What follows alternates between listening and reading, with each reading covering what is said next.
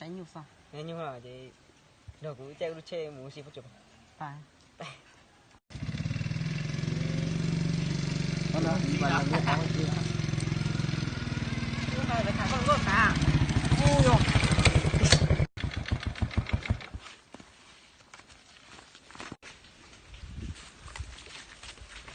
Mua cái thằng cũng không dùng có chứ. Ôi mà thật sự có thể này đúng không? Ôi chứ mà, này sao tôi vậy? Này một chế. Thằng bơi sao mà ta mừng anh nè? Này cái sáng tao mừng thợ rồi, cái sáng tao mừng thằng nè. Giờ chẳng thấy sao mà ta mừng thử à? Thì giờ thì con thằng cũng thảo cũng không dùng có nè. Bơi thì tôi có vấn đề. Chiều con này cũng có à? Có tao.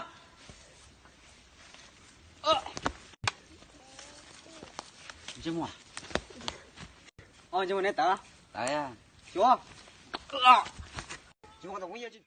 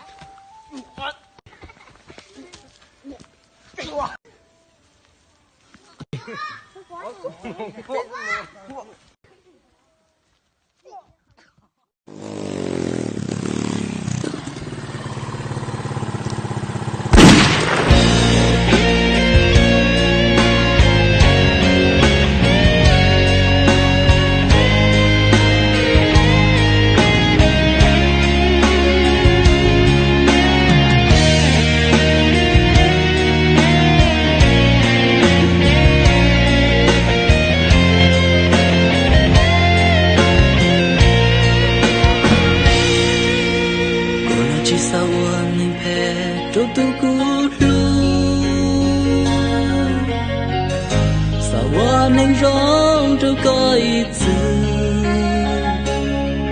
sao tua có tu cha từ nhon đời có ít cha tua có mà ru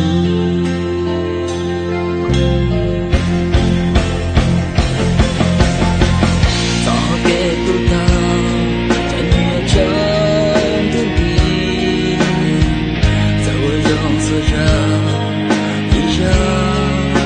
kê thằng ta chưa cho cô thêm mò sao kian đời cô nó mu vì chỉ cho lên tư cho một con nó xứ sao anh những rong còn tao khó rồi cô qua thôi ya đừng có xứ cha gì qua gì thế ru ru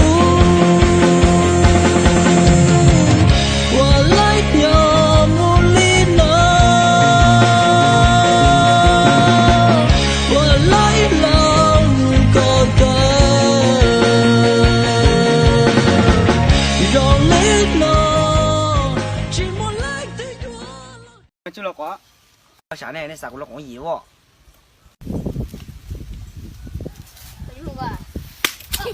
Anh thằng gì à? Chịu lại chút nhung.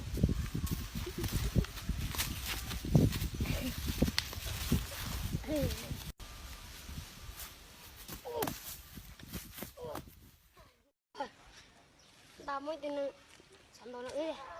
Nào tin, nói chưa? Vậy. Tao coi lỗ ấy. Tao ơi.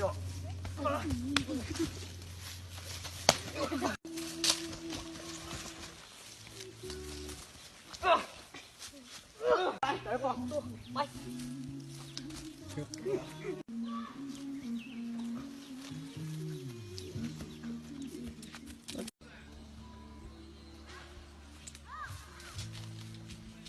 Thôi, tao muốn coi như lại tổ sao đủ mày tổขึ้นไป